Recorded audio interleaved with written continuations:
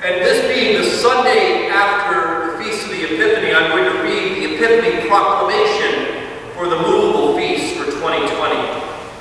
Good Christian people, as we have celebrated through the bounteous mercy of God the birth of our Lord Jesus Christ and his manifestation to the Gentiles, so with like joy should we announce the resurrection of this same incarnate God and Savior. Therefore, we solemnly proclaim to you that in this year of our Lord 2020, we will celebrate with awe, reverence, and love the Paschal Feast of Easter on the 12th day of April. In this year, there will be 4 Sundays after the Feast of the Epiphany. The 9th day of February will be Septuagesima Sunday. The 26th day of February will be Ash Wednesday, the first day of Lent. Palm Sunday, the beginning of Holy Week, will be kept on the 5th day of April. The Sacred Triduum will begin on the evening before Maundy Thursday, Good Friday being the day following Maundy Thursday in the most sacred week. The Ascension of our Lord will be celebrated on the 21st day of May. The Feast of Whitsunday will be celebrated on the 31st day of May, and the Feast of the Most Holy and Undivided Trinity on the 7th day of June. There will be 24 Sundays after Trinity Sunday. If the Lord tarry, yet another year of grace will commence on the 29th day of November, the first Sunday of Advent of our Lord Jesus Christ, to whom be honor and glory forever and ever. Amen. You know, in the days before we could just Google things, and it wasn't as convenient to have calendars, it was very important to remember when the feasts of the upcoming year would be, and that's why we have this solemn proclamation. Remember that Easter is based on a lunar calendar, and therefore Easter moves from year to year, and therefore all the rest of the movable feasts move around. So now you have this, take this home with you, put it on your calendars, or better yet, grab a St. John's calendar, we do have a few left, and make sure to attend all the important feast days. On Monday, we celebrated the Feast of the Epiphany, and January 6th is a day when the Church commemorates the 3 Magi, or the wise men, or the 3 kings, whatever title you want to give to them. It's a day that we celebrate their arrival to worship Jesus, the newborn King. In fact, there were no other saints' days appointed for the rest of the week, and because Monday is an important enough feast day, it has attached to it what is known as an octave.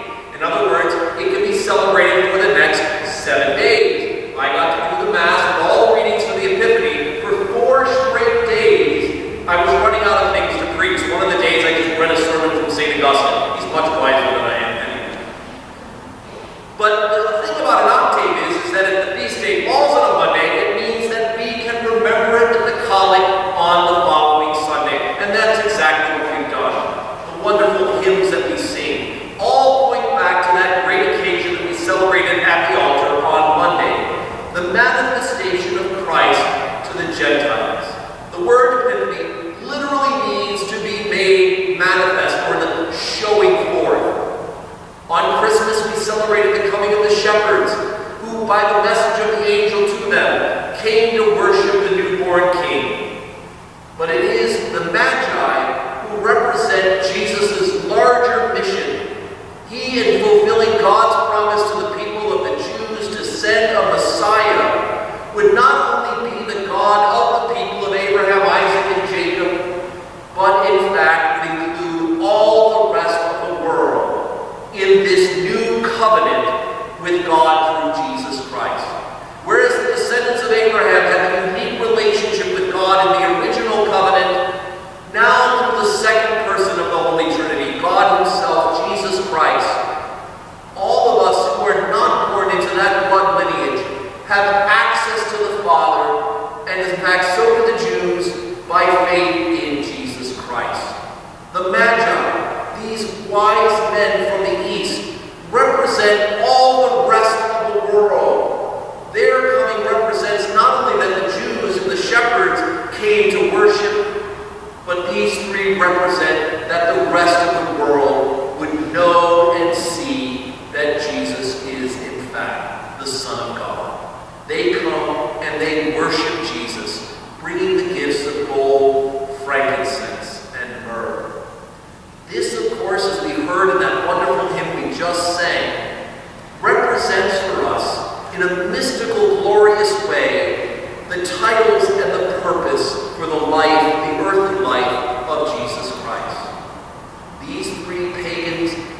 have no idea, these Gentiles who would have no idea the depth of the theological implication of their gifts, brought these gifts as tokens acknowledging what they understood about a king.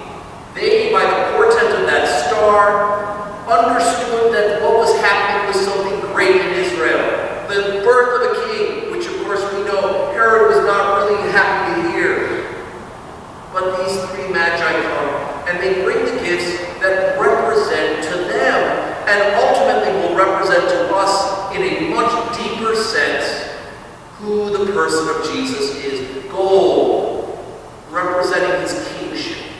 They acknowledge by that sign of the stars that in fact Jesus would be a great king. Now, Herod and all the rest of the world was quite confused what his kingship would look like. They assumed he would be a king like Herod, riding on a horse with a crown on his head and great vestments and a court.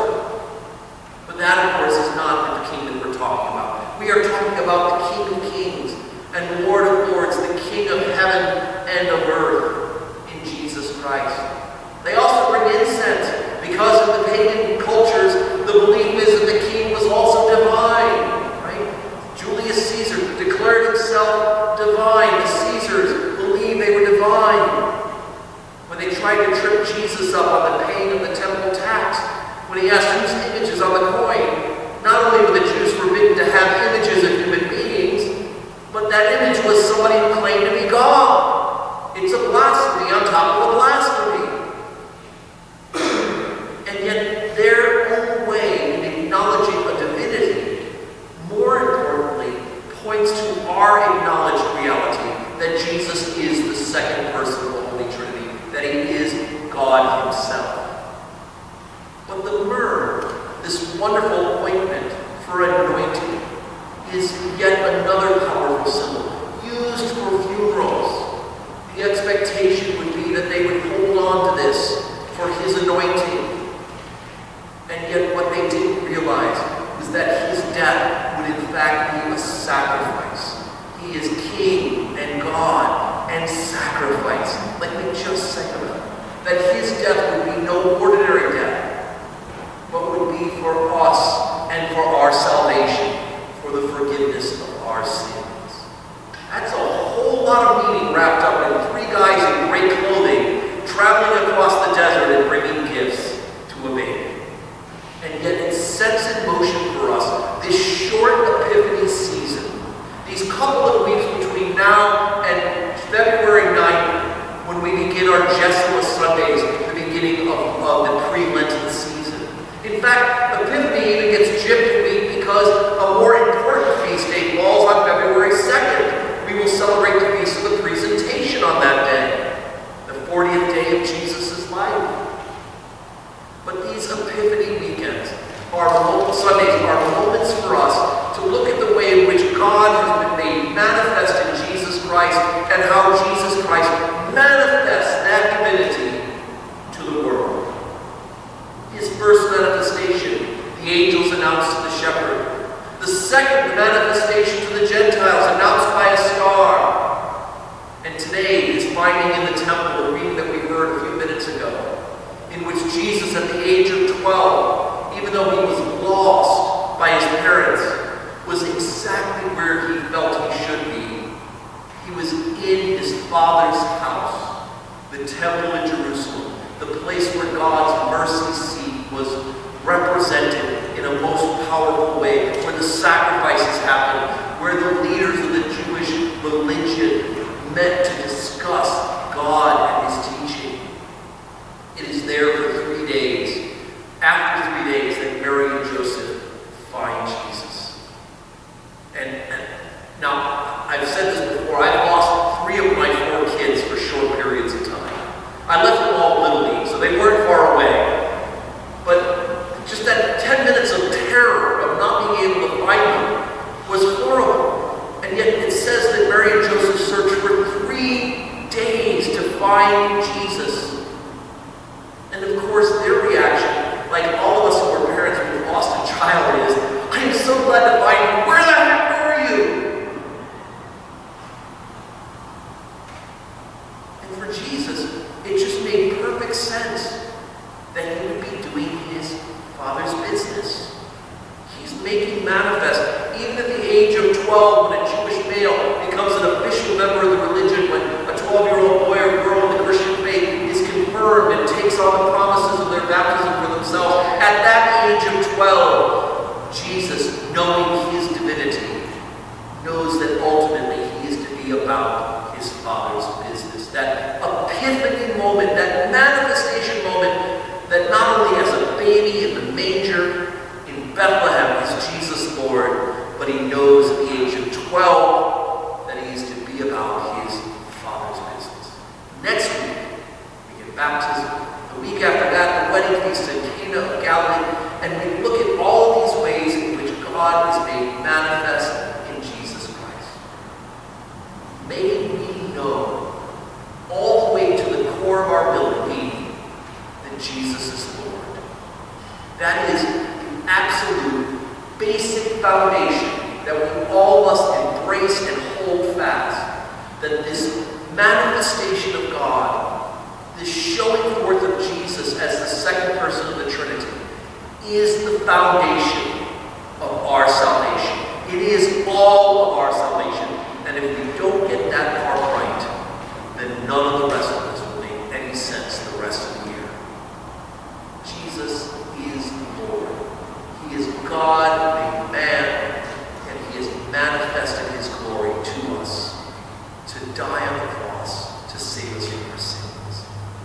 May we be always looking for those epiphany moments when God is made manifest in the work of his people, in the work of the church, just as Jesus has manifested himself as God. In the name of the Father, and of the Son,